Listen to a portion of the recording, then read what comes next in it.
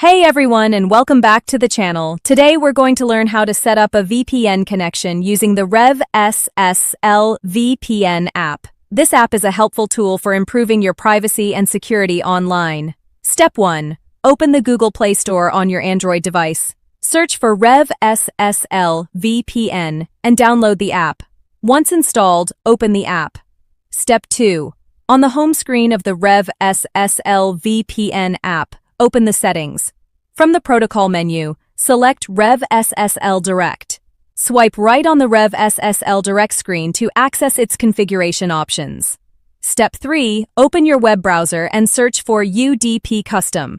Visit the official site and open the main menu.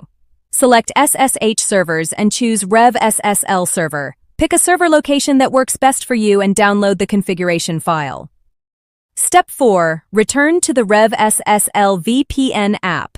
Tap the three dots in the corner and select Import. Choose the downloaded configuration file. Confirm that the file has been imported. If required, enter a valid server name indication, also called SNI.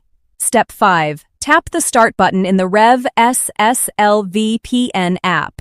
After a few moments, you should be connected securely using the Rev SSL server configuration.